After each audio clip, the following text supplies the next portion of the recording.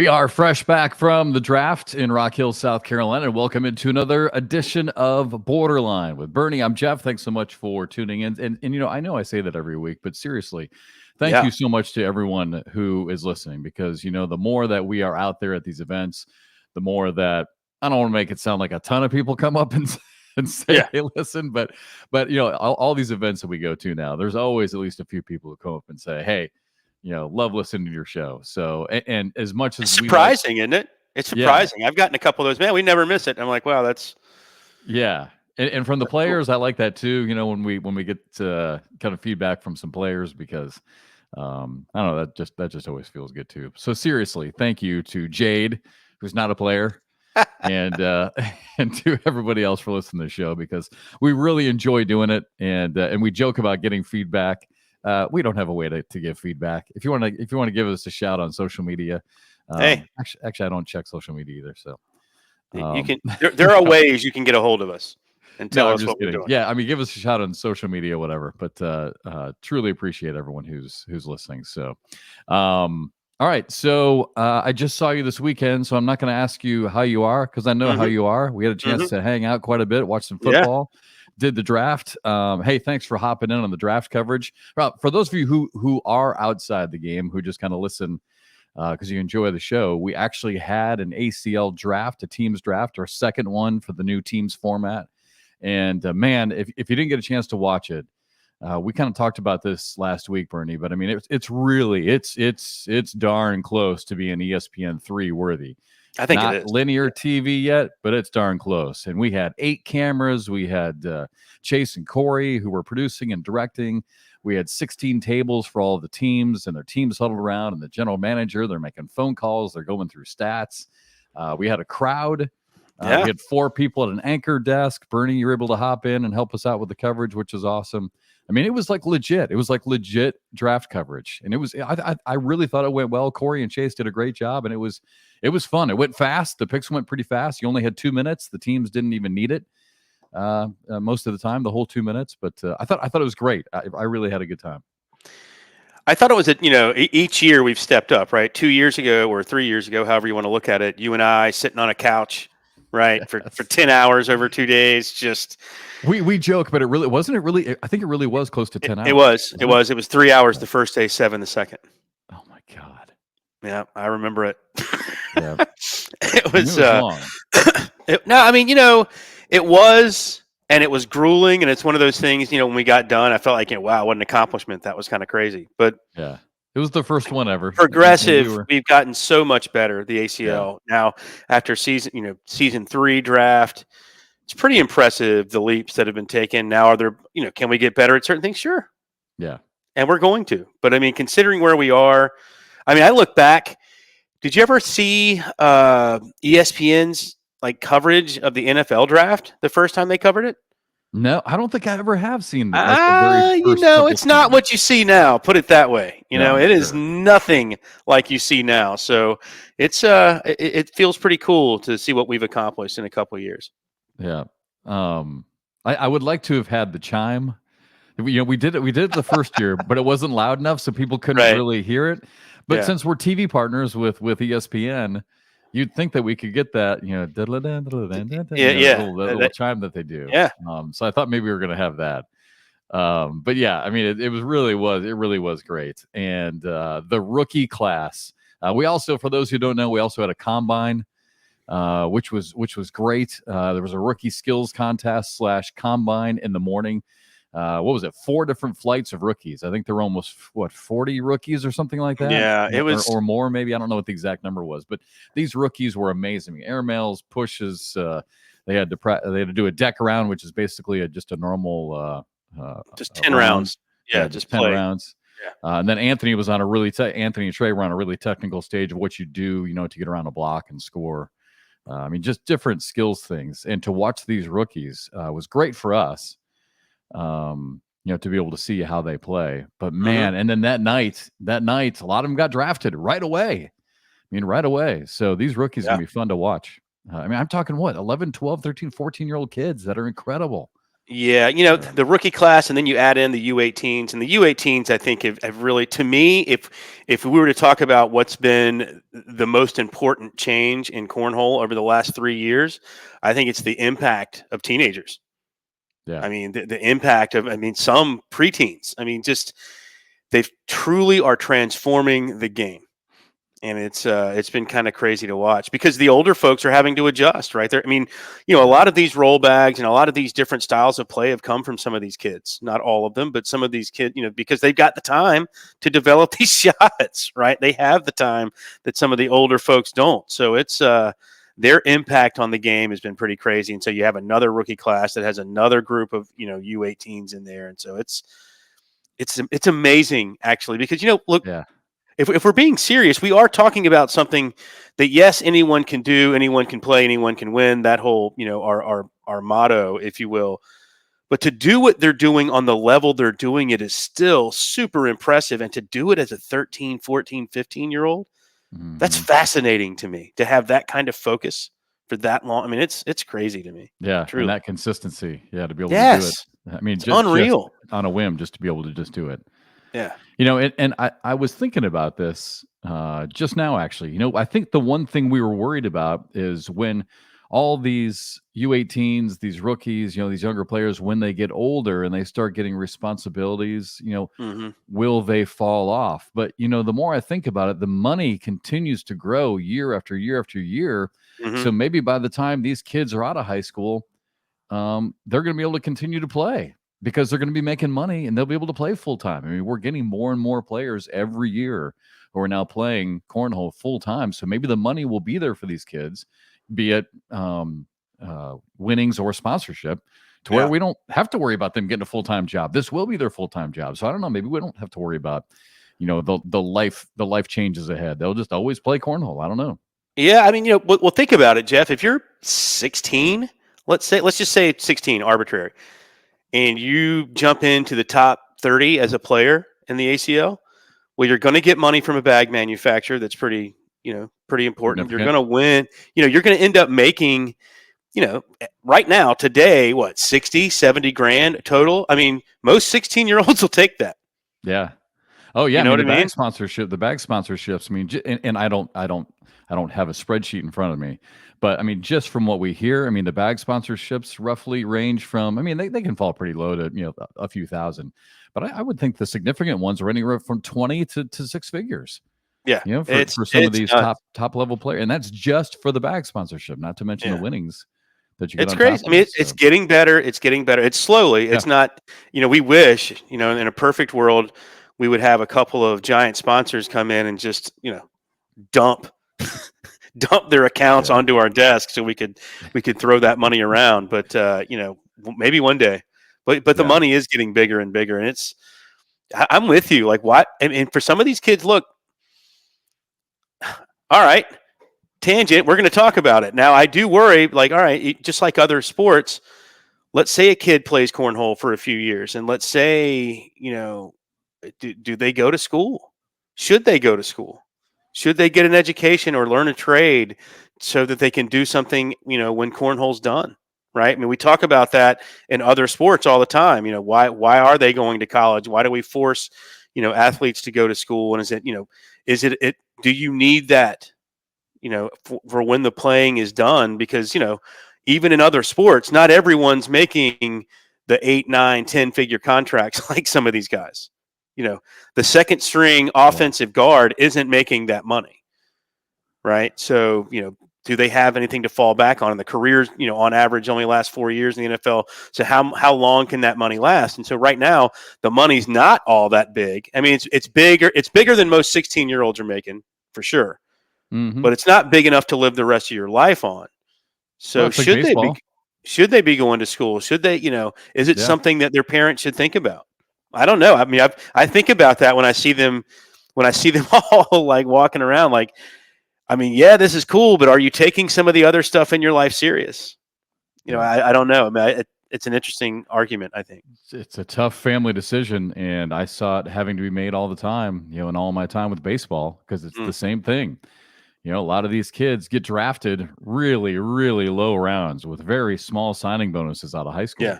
Yeah. But you get a $50,000, $100,000 signing bonus, from the Kansas City Royals, as a 50th round pick or whatever. That seems like significant money, and then all of a sudden the parents are like, "Wait a second, you do realize that $50,000, sounds big to you, 18-year-old, but Right. that is nothing in this day and age." So it's a tough decision. Do you take that little bit of change and try and keep the dream alive and make it work, or do you go to college where you have to play for 3 years? Right. So Yeah. it's going to be a family decision. But you know what though, Bernie, to your point, I think this would be a good decision. If the sport gets to that point where there's a little bit of money involved to make them think, that's probably a good thing for the sport. Oh, 100%. Yeah. 100%. The problem is the way our sport's set up right now, and I'm sure things will get different. If you decide to play as a pro at 14, 15 while you're still technically in high school, you can't play college. So if you go to college, you're going to have to find a way to keep playing and attend class and do all these other things. It's not going to be a part of your college experience. So right. It's some tough decisions, and I wonder, it seems cool, right? Like it seems like if some of these kids, let's say a Jake Gore after a season he had last year, I don't know what he was able to pull down bag sponsorship wise, because I know that money's changing and how that's getting spent every season. But you have that kind of year and that kid makes, let's say 80, 90 grand. I don't know what he made. I'm just throwing some arbitrary numbers out there. Once again, that is an ungodly amount of money for a 14-year-old. Yes. Right? Yeah. But it's not going to last forever. It's really not going to last that long at all. Yeah. No. And they don't have the bills that guys like you and I do, but yeah, it's still not going to last that long. No. And then you're probably thinking, oh man, when I'm 16, I'm going to get a sweet car. Like, yeah, do that. Well, that's gone. Yeah. Right. I mean, I'm not even sure you can get a sweet car for 50 grand anymore. You get a nice car. Not sure you can get a sweet car, but you can probably get a nice car. By the way, again, for those of you maybe who didn't watch outside the sport, whatever, speaking of Jake Gore, congratulations to Jake. He was the first overall pick in the draft. Nice segue. And again, to our point, just 14 years old, but very deserving. Had a terrific season last year. So you know what? I do want to get your thoughts on the draft, if there were any teams that stuck out to you. But first, while we're talking about it, I did have a great conversation with Stacy. I don't think he'd mind me throwing this out there, because it's at this point, it's just kind of a large, 30,000 foot look at the league. But Stacy did actually mention it in his opening remarks at the draft. But so the ACL has been working with a company called Endeavor, and Endeavor basically works with some other entities like the UFC. Yeah, they own the UFC, a few others. Yeah, and basically PBR, all that stuff. Yeah, PBR. That's a good one. PBR. So they basically come in and they evaluate your business and try and figure out things you're doing well, and then more importantly, things where they feel like maybe you're falling short, or places where you really need to maybe focus on that are growth opportunities. And Stacy and I had a great talk, because something that Endeavor said was they feel like that the ACL could really stand to put a bigger push into college and high school. I feel like we have a good presence there already, but according to Stacy, it sounded like Endeavor really thought that was a really huge growth opportunity, which I think is super exciting for the sport, because if you think about it, it's just natural, right? I mean, with all the sports and all the clubs that are at high schools. I mean, I've got my two youngest are 21 and 18. So, I mean, they're just fresh out of high school. Yep. All the clubs at the school, like, why not cornhole? And then at the college ranks, when I go back home and go to an Iowa game, all the people that are, or go back to Kansas, all the people that are playing cornhole, tailgating, why not? Why not have a cornhole team at college? So I thought it's going to be really interesting to see the growth. I think there's going to be some real point of emphasis made by the league to really kind of, I don't want to say necessarily pivot, because they've already been doing a little bit, but really put a emphasis into that. I'm sure you're aware of this as well behind the scenes. Well, I mean, I was the college director for a couple of years, and it was hard. It was super hard, believe it or not, because you have to get kids on campus invested. They have to be the ones to do it. We can't come in now. And it's surprising. I mean, Endeavor has to know this. as an outside entity, you can't go onto a college campus and say we need to do this, this, and that. Like, it doesn't work that way. They don't let you on. Sure. They control all of that, which means the students, the kids themselves, have to be motivated to want to start a club. Someone has to be a leader, go through the process, all that stuff. It's not just, hey, we want to do this. You have to show, numbers and all of that for them to put their own money into it. And there was more to it than you think. But yes, there needs to be a larger push. And it was a lot easier at smaller schools. For example, the first college cornhole team that I know of that's a true funded by the university varsity sport, University of Winthrop in Rock Hill. And I think that's so cool. Dusty is actually leading the helm there. He'll be the first coach. And they actually now have you can get a scholarship in cornhole. That is awesome. Love that. That is awesome. And that's now, there's one up in what is it, Aiden College? I don't know exactly in Michigan. I don't know exactly what they are. I can't remember if that's a fully funded varsity sport. I know they got a head coach, right? So that's a good start. Yeah, I can't remember because I don't know who they played. The thing about Winthrop and I don't if Aiden really does have a varsity sport or if it's a big club, it's who do you play?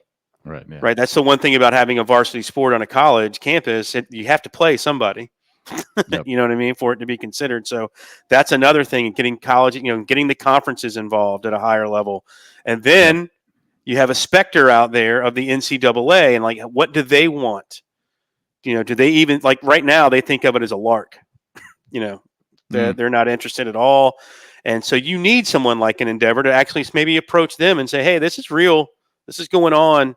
Yeah. We would like national championships, but maybe the ACL just becomes that de facto NCAA for the sport, right? Which is essentially what we've been trying to do. So I know the work that's gone into contacting every single, person involved on college campuses, with campus rec, getting those people involved. And when we did that for a couple of years, literally contacting almost every single campus rec person that we could find on any type of college campus, whether it was, major universities, small colleges, community colleges. I mean, we tried it, and it's just, with the big schools, oddly enough, you don't get the buy-in at, say, a University of Alabama. Well, some of you probably do, like at a Tennessee. You don't. And you don't. Not from the university. Not from the university. Oh, okay. The kids. Gotcha, yeah. Once again, this doesn't go anywhere until you get buy-in from the universities and all of that. I mean, there's people playing competitive cornhole on almost every college campus, right? Yeah, and some in Colorado, right? Colorado's got a big program with. Well, once again, you had you had 2 or 3 students that really jumped in and really did yeoman's work to get that done. They had 100 kids in their club. Yeah. But that was driven kids making that happen. So you have to have, it has to be on that other side too. We've got a long way to go there. Honestly, we've got a long way to go there. Well, I mean, that's where it helps to have somebody like Endeavor, I would assume, to put together some sort of business model to be able to present to these universities. Here because my guess is, I don't want to get into the minutiae on this because it gets boring, but my guess is there's 2 different paths. It can either be under the athletics department or it can fall under clubs, right? Are probably the two different paths that you take, but maybe there's 2 different business models. So you present those to the universities. Hey, this is the way that you can do it, to run it. But I don't know. But again, to have that business model, to have and like you said, each show would be great. Yeah. Each university is different. Each college is different. Some of that, all like campus rec, intramurals, is under the athletics department. Most schools it is not. It's completely separate. So it's We shan't get into the minutia of all of that because it is kind of boring. But it would. I mean, it does seem like it's just a natural sport to have in high school and college. I agree with you. We definitely got to find a way in the front door, because what was happening, prior was the front door was shut on us and we had to find a way in the back door. So we've got to find a way, and hopefully someone like Endeavor can help us get in the front door. Sure. Yeah. All right, let's go back to. I hate to go back in reverse here, but back to the draft. Were there any teams that stuck out to you? I took a look back at the rosters this morning, actually, just to kind of see if there were some overall teams that stuck out. I do hate to. There's 16 teams around the country, right? Do you want me to go first while you think about it? Yeah, I mean, Or I off the top thought of your about head, it. I've got one that I think kind of off my head. I thought did really well, upgraded. Okay, Like shoot. I think that some of the lower teams, and we'll talk about this later when on, off, and in if we get to it. I thought the Georgia Sliders. I thought Yeah. they upgraded. I thought they were able to get off a big trade and get Josh Holland from the Timber for. I mean, I thought that was a steal of a trade for them if you get Josh Holland at his A game. Yes. I think they picked up. I mean, I think they truly upgraded their talent. But once again, I mean, you look around at some of the other teams. I mean, it's hard to argue against some of the other teams, right? I mean, know. it's the talent level is so deep. But I like where the Sliders were heading in their draft. I totally agree. That's one of the teams I wrote down. I don't want to spend too much time talking about today because we talked about them a lot in the draft. But their top 7 or 8 picks, I mean, just money. Noah Wooten, Cameron Belvin, Ryan Smith, Bobby Hunt, Terry Mathis, Duncan Clemmer. I mean, here's where it really. I mean, this middle part: Duncan Clemmer, Ryan Wiedenfeld, Josh Holland, then Trey Hunt, Tice Cobb, Cody Johnson, Gabe Dolan. But I mean, those top 7 or 8 picks, as they were building their team last week, and I'm like, whoa, they are onto something. I don't know if it stayed strong throughout the whole roster, but they sure got a good start. But just a couple of teams I was looking back that stuck out to me. And again, I mean, there were really wholesale changes for a lot of teams. But, and I know we talked about them last year. And they completely underachieved, but I'm going to give a shout out again to Kentucky. Sure. Absolutely. Matt Guy, Brett Guy, Damon Dennis, Samantha Finley, Justin Rule, Kimberly Glass, Ryan Hart, Pat Sem, who we talked about. I mean, a rookie who really shined bright in the skills competition, or in the combine, whatever you want to call it. Anthony Bainball, Mark Burgess. We were screaming about Mark Burgess, right? Who's going to take him late in the draft? They picked him up late. Brandon Brown, Lori Dool, David Ryan. I mean, I don't know. I think Kentucky really put together a pretty good team, and just a few others. Most of you who are listening are going to know this. I thought Ohio put together a really strong team, led by Noah Almanza and Trey Birchfield, Fisher Hamilton, Gavin Cano, Carson Getty. Evan Vanos. They picked him up kind of later, I think, than maybe even Mish and Wally. And Anthony thought he was going to go.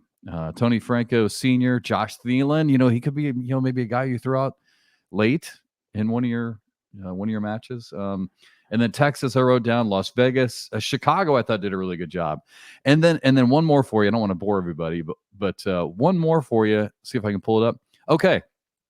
Anthony will like this. I'd love to hear it. I haven't had a chance to listen to Anthony and Trey and Misha's show this week yet, but I actually think that Colorado maybe put together kind of a sneaky good team.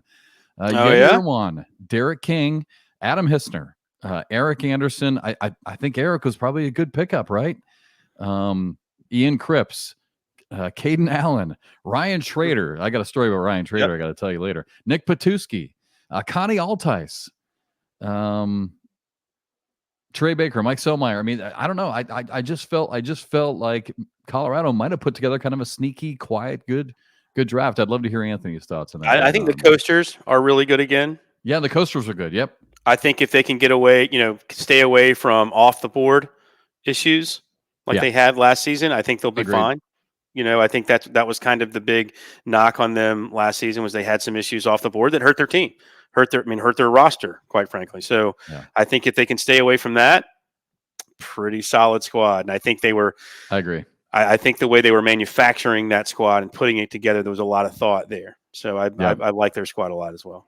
And I like what some of the teams did with the regional push too. I mean, we talked about this. We talked about this last 2 years, but Texas, what they're doing, really trying to stay regional was good. Obviously, Carolina was trying to do that. I think Chicago and Michigan try to do that to some extent. It's harder, obviously. Like Anthony joked about it on during the draft. Tough to do in the state of Colorado. Easy to do in Texas, right? I mean, it's true. Players. It's true.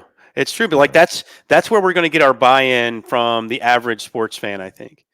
And yes, if you look at other sports, like the Philadelphia Eagles, is everyone there from the Philadelphia region? No, right? Absolutely not. But that sport's been around long enough. You don't have to have it. But for our sport being in its infancy, if you will, on the national stage, it'd be kind of cool to get a lot of that regional flair, to get people, other people involved, the average sports fan to kind of take a look if they're from that area. So that's kind of cool.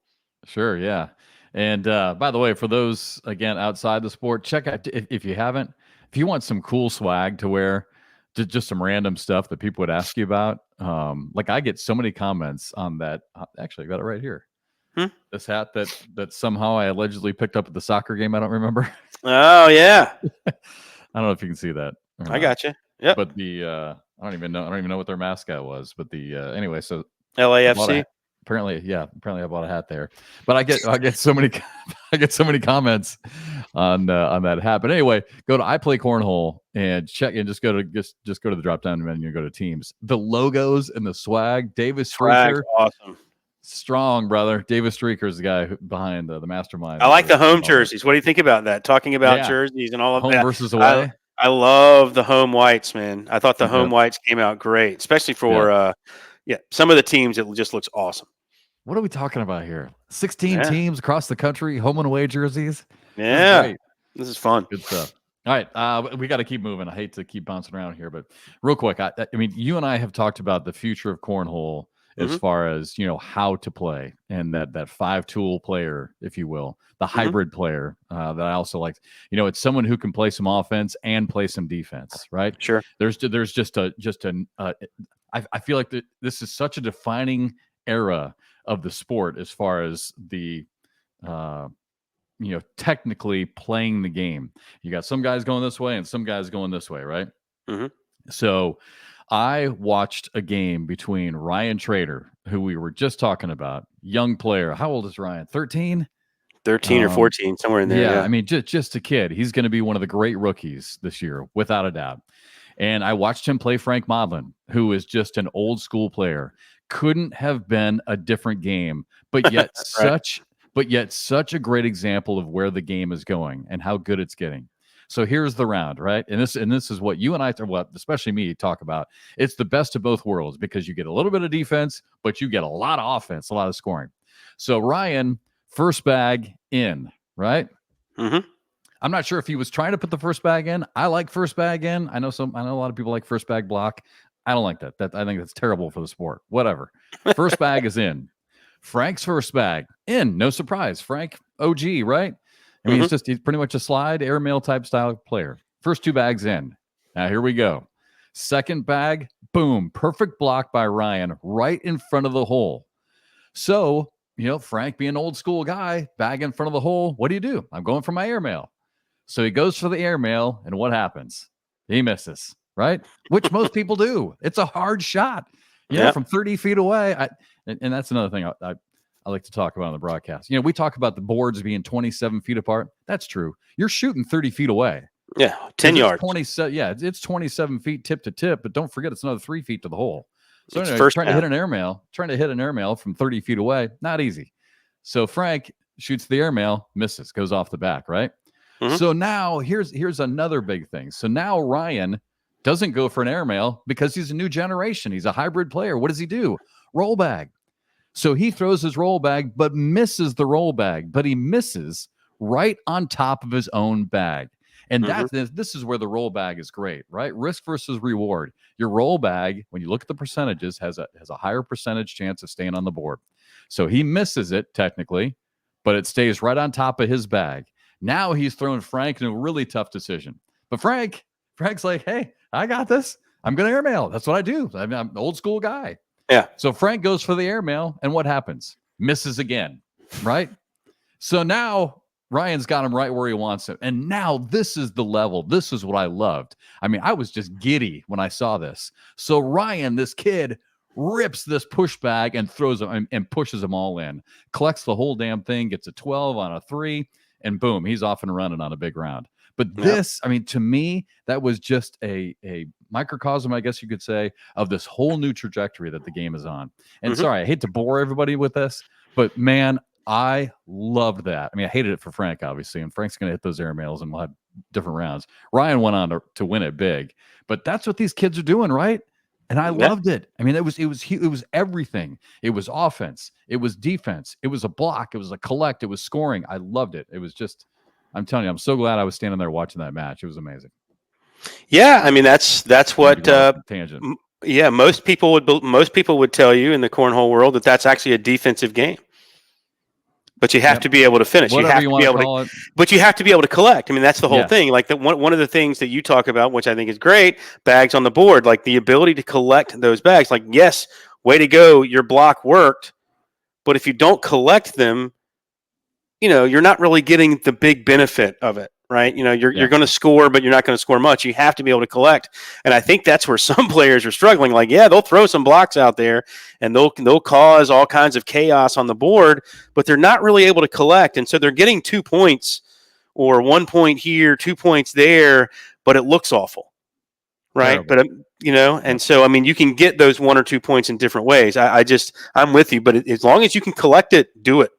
Yeah, I like it. I like the strategy part of the game, and it was amazing. It's like to me that was like watching Steph Curry hit back-to-back threes. He comes down the court, puts one in, comes back, turnover. They kick it out to him, hits another one.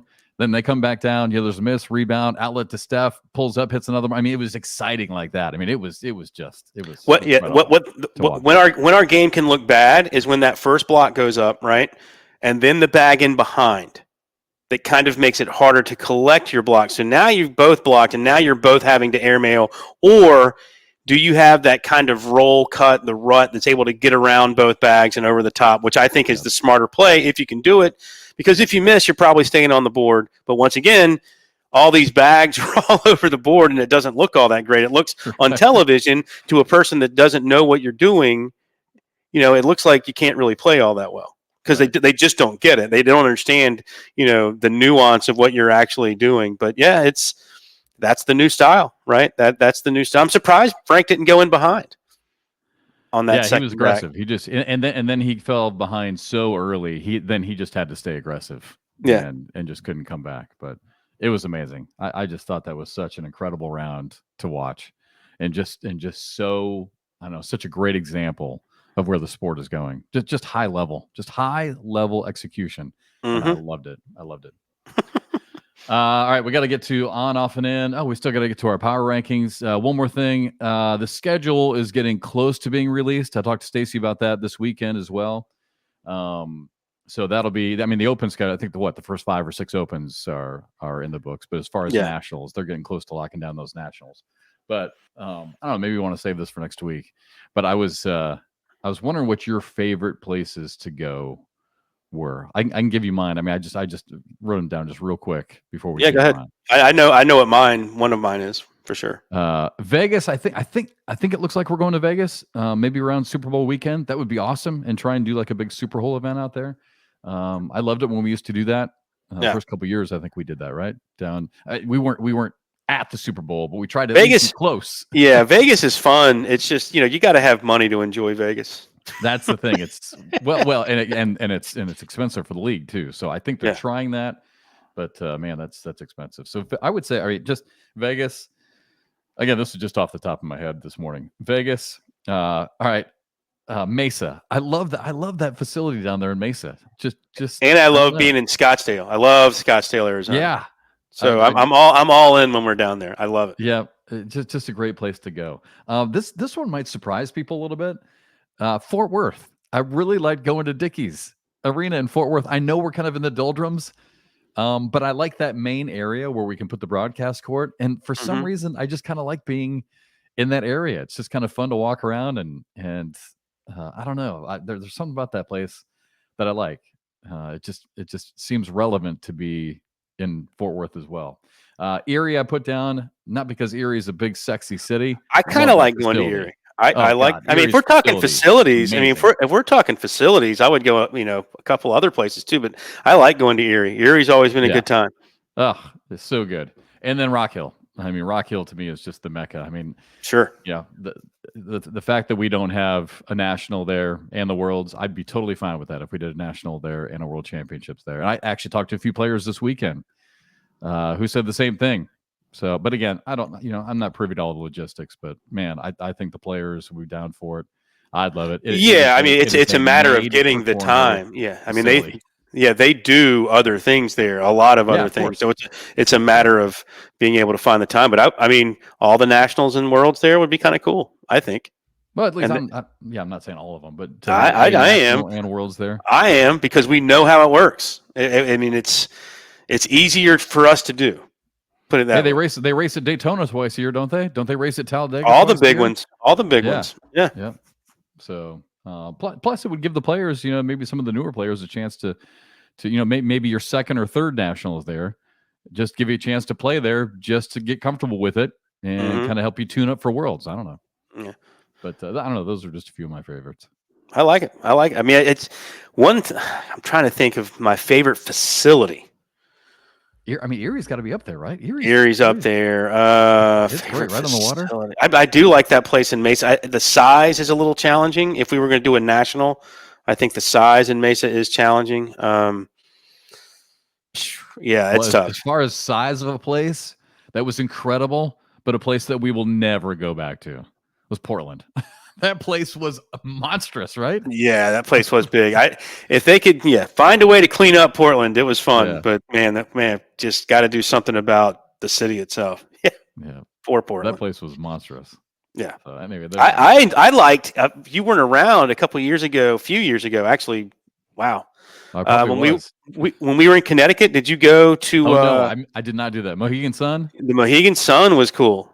Yeah, I kind of enjoyed that trip before I started. Yeah, I liked the Mohegan Sun. Maybe other people didn't. I mean, it was just a giant rectangle of a building, right? But it was. I liked the Mohegan Sun. That was fun. All right, we're running out of time. You want to do power rankings here real quick? Sure. Let me grab my power rankings. I've got a different thought on my power rankings. I'm totally rethinking the way that I'm doing power rankings. Okay. And you know what? I'm just going to be I'm just going to throw it out there. I'm just going to be a front runner. I'm going to be the what have you done for me lately power rankings guy. Sure.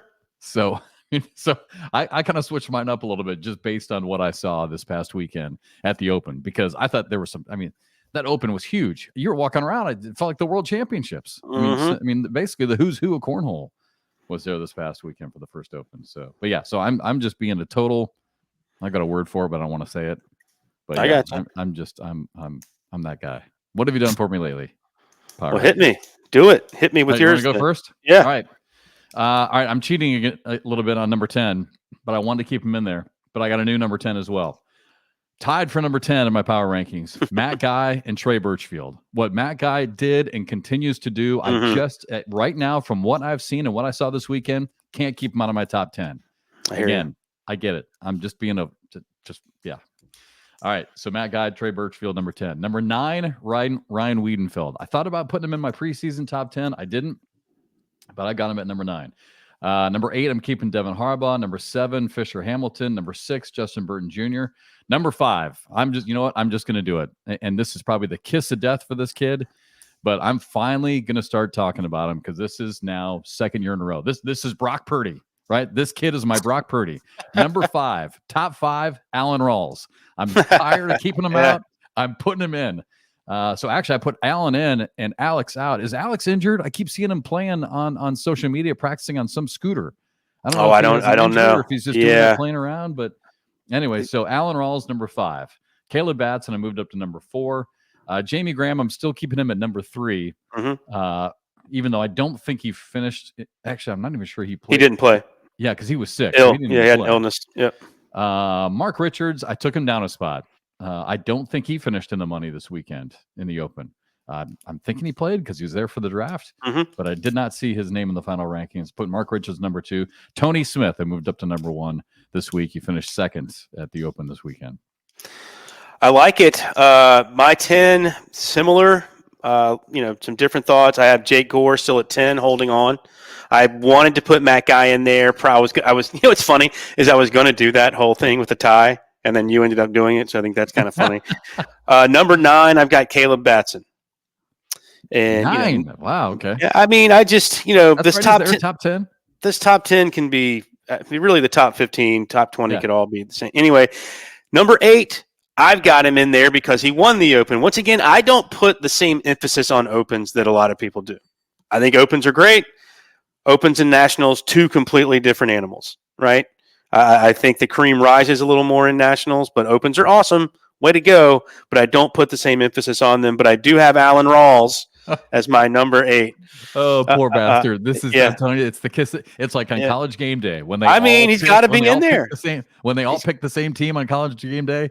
Yeah. I mean, chances are 97% that team's going to lose. So poor Alan, we both got him in our top 10. He's got to be in there. I got JBJ, Justin Burton Jr. number 7, Alex Rawls number 6, Devin Harbaugh 5, Fisher 4, Jamie 3. I've still got Tony number 2, Mark number 1.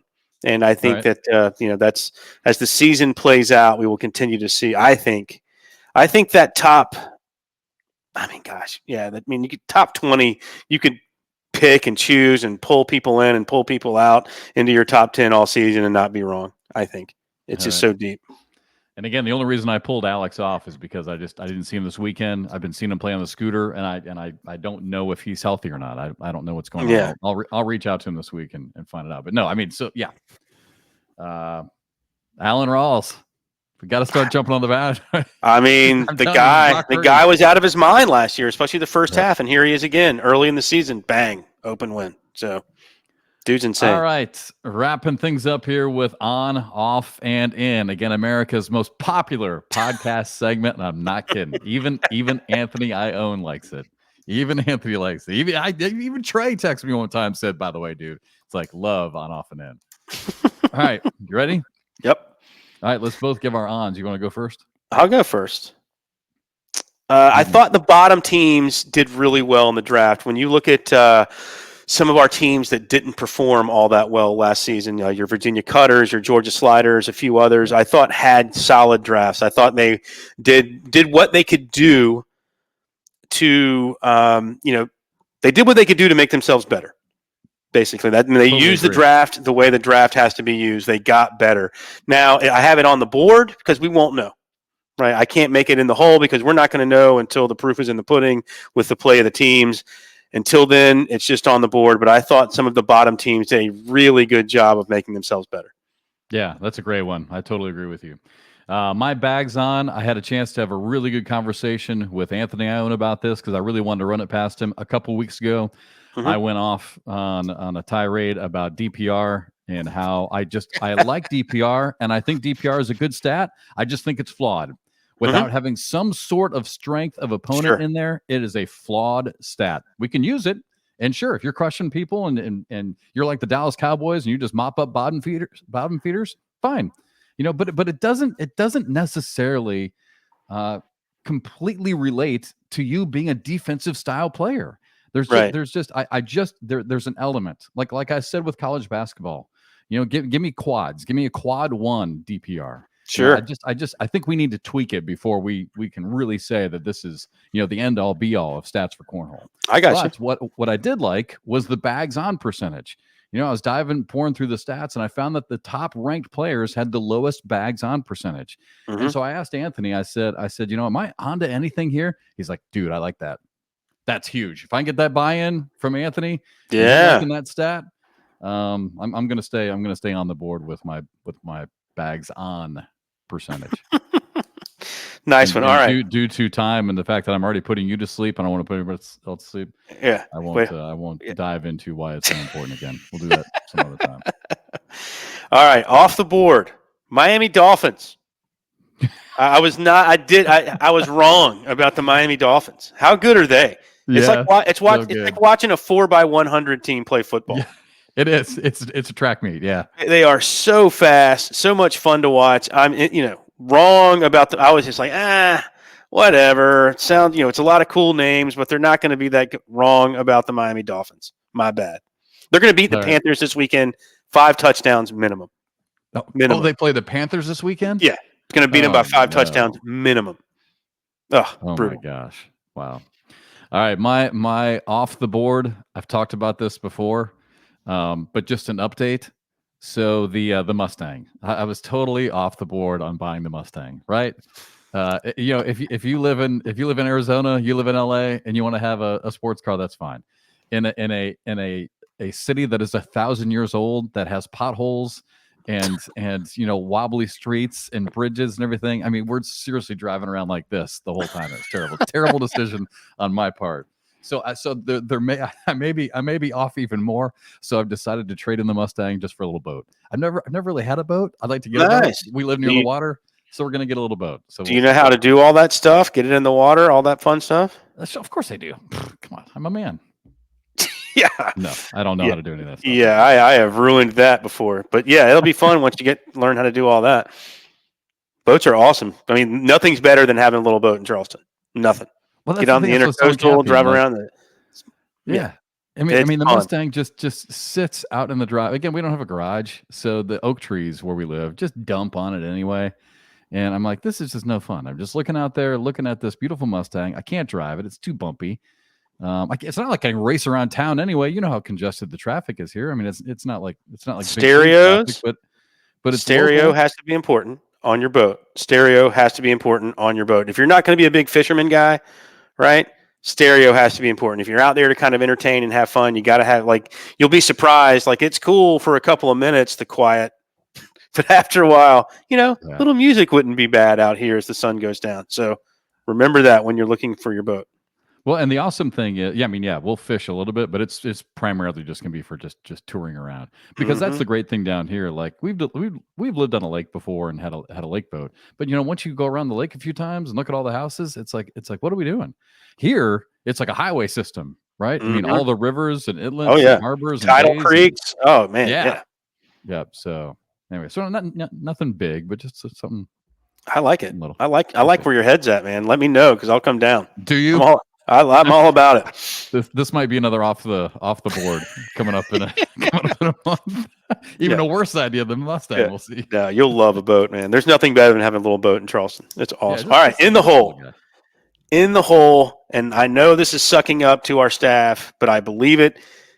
The ACL staff capability on certain things goes beyond, what we saw from the draft weekend, from having the combine, from the media day, the type of stuff that went on media day and how they were able to pull certain things off. And look, this past weekend, first open, we have an issue with Verizon. Verizon shuts everything down. They still find a way to get it. Now, I know it was a pain in the ass for a few folks, but they still found a way to get it done. How they're able to, the way our staff handles things. And yes, certain people get huffy because, if the world's falling apart at that particular moment, it's tough. They're in the weeds, if you will, if you want to make it like being in a restaurant. But yeah, the ACL staff, especially our production crew behind the scenes, what those folks are able to do blows me away all the time. So just a big shout, because I just seeing how they put everything together, and it's not like I don't know. It just blows me away. So in the hole, you're going to be hard pressed to find a better staff than we have with the ACL. Oh man, I love that. You know what? I'm not even going to give you my in the hole, because that one's so good. I'll just go with you on that one, because it's so good. It's so true. Gosh, who's the analyst? Gosh, and I've done games with him before, and I can't remember the analyst. Mark. Oh my God, I hate that I'm forgetting his name. Former coach, college basketball analyst for ESPN. Mark, I can't think of his last name now on the spot here. I'll think of it as soon as we're done. We got to get off the air here in 45 seconds. But he does this thing on Twitter, right? Teams that do the most with the least. Right. And I think we fall into that category. Still a young league. We don't have the resources, don't have the financial capability, but we definitely, just to piggyback what you're saying, we definitely do the most with the least, right? Oh yeah. And we do it at a very high level. I mean, you're right. And again, shout out to Chase and to Corey this weekend on the draft coverage, but and to Wally and Misha, to you and to Anthony. Well, I mean, Trey, by the way, behind the. I mean, Trey gave us all these stats. I mean, we had so many resources to help try and prepare us. So, I mean, look what Jack did with the LEDs and how all that worked out, and the graphics and all the stuff that they were able. I mean, some of that stuff is truly big time. Absolutely. And doing it on a limited budget. I mean, I don't think people understand. It's impressive what those guys and girls are able to do, man. It's really impressive. Yeah. So in the hole, ACL. Yep. I'm with you. Good way to end the show. All right, brother. Hey, great hanging out with you. Again, congratulations to everybody on. I got to tell you more about what you missed. Off air. Yeah, off. We'll save it for off air, Bernie. Not podcast. Well, it is podcast worthy, but it's not. Yeah, it's kind of like the Stevie. conversation. So good. All right, dude. Have a great week. All right, man. We'll see you. All right. Bye, everybody.